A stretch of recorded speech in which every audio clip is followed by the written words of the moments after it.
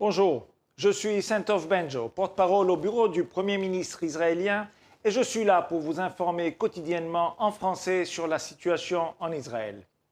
Les forces de défense israéliennes continuent d'affaiblir le Hamas en vue de son élimination totale de la bande de Gaza.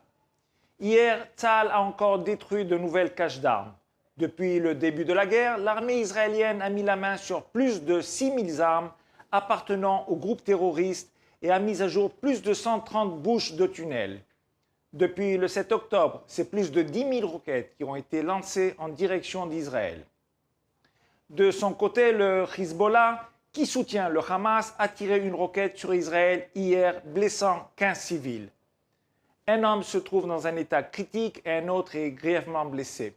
Il s'agit d'un acte de terreur de la part du Liban et du Hezbollah et d'une violation du droit international.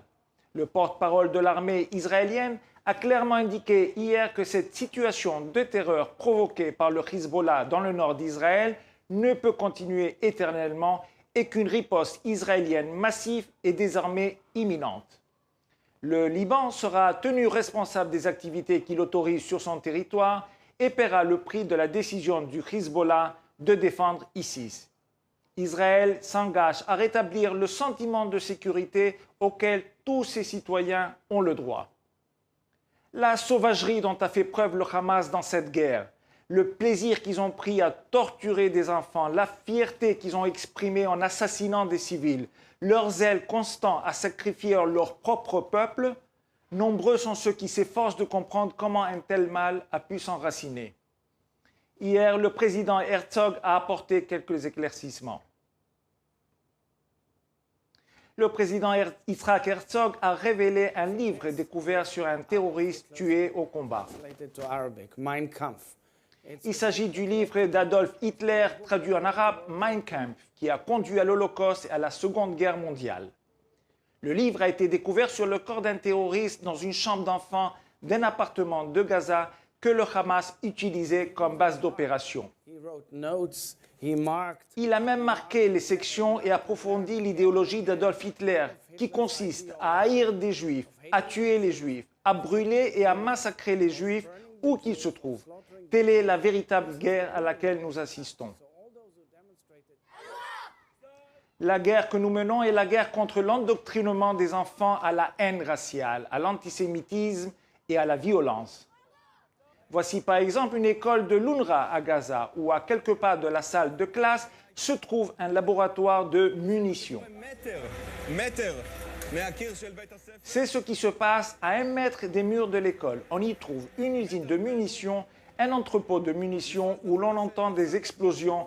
On y trouve des bombes de mortier. Dans la pièce d'à côté, les terroristes fabriquent des fusées et pendant la récréation, les enfants peuvent toujours s'entraîner sur un Kalachnikov en plastique. En 2017, des images brutes d'une cérémonie de remise de diplôme d'un jardin d'enfants ont été diffusées à la télévision israélienne. Dans cette vidéo troublante, des enfants de Gaza montent une pièce de théâtre imitant la force du Noukba du Hamas, cette même unité du Hamas qui a mené le massacre du 7 octobre. Ils se moquent d'un garçon habillé en juif. On apprend aux enfants à kidnapper, blesser et tuer. C'est le terreau de la haine.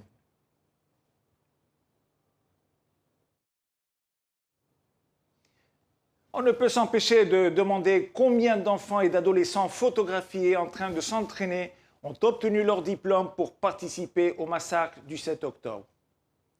Avant de conclure, j'aimerais partager avec vous l'histoire de Ruth, une survivante de l'Holocauste âgée de 85 ans. Elle n'a pas été kidnappée, elle n'a pas été tuée, mais ses arrière-petits-enfants, Navé de 8 ans et Yael de 3 ans, l'ont été. Ils ont été enlevés avec leurs parents, Adi et Tal, et leur grand-mère Suzanne, la belle-fille de Ruth. La fille de Ruth, Sharon, et son fils Noam, de 12 ans, ont également été enlevés.